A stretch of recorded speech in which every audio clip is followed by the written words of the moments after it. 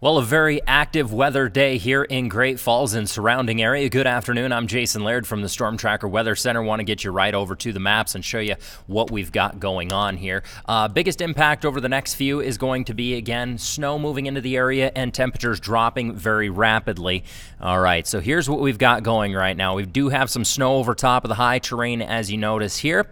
And also, we've been tracking a couple of thunderstorms. Right now, they're pretty much south of Great Falls, heading just west of Lewistown. What's happening is there's been some obviously very strong winds out in front of this incoming cold front. That's caused some of that warmer, moist air to rise, condense, cool, in turn causing some of these little thunderstorms to pop up. Can't rule out a few thunderstorms moving throughout Great Falls here over the next few hours, but this kind of area right here is actually going to be moving more of a easterly flow here over the next few hours.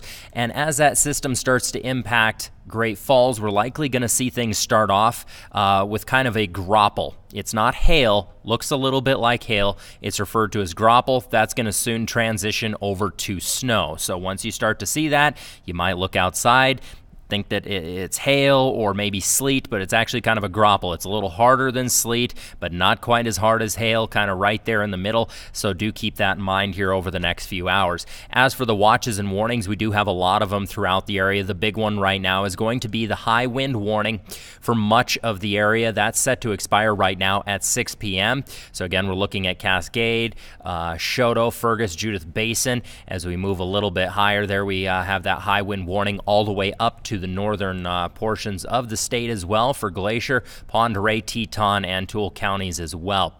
Areas in purple we're looking at here, that is going to be a winter storm warning. This area is likely going to see the greatest snow totals out of this system, between 4 to 8 inches of accumulation, some locally heavier amounts. We'll break down the overall snow totals here in just a moment. And then, of course, the areas in green, there we still do have the potential for some more minor flooding, so that flood advisory remains. As for the future cast, here's how it's going to track out. Notice that system should be well settled into the area by 7 this evening.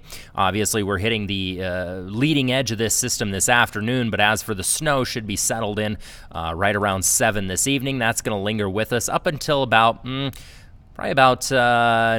like early morning hours tomorrow, and then should taper off pretty quickly as we enter into your Saturday afternoon. A relatively calm day. I did remove the chance for precipitation tomorrow. If we do see any, it'll be early in the day, and then that's going to clear up relatively quickly as the day progresses. As for the overall snow totals, 1 to 2 and 1 to 3 for most locations. However, again, up near Cutbank, Browning, Hart Butte, this area is going to get yet another round of snow moving there. And then right now, it's not showing anything, but I still think the northeastern corner of the state's going to get some, but it looks like the heaviest band right now is going to set up over top of Great Falls into Lewistown. Again, conditions starting off as graupel, so it's going to look a little interesting. You can, if you look outside here in the near future, you'll see these clouds rolling in, very ominous looking. So again, we're going to see the system start off as graupel, transition over to snow as the afternoon progresses, and as the evening rolls around, winds dying down. Of course, check back on Storm Tracker Facebook page as well as the website, and we'll keep you up to date as things change.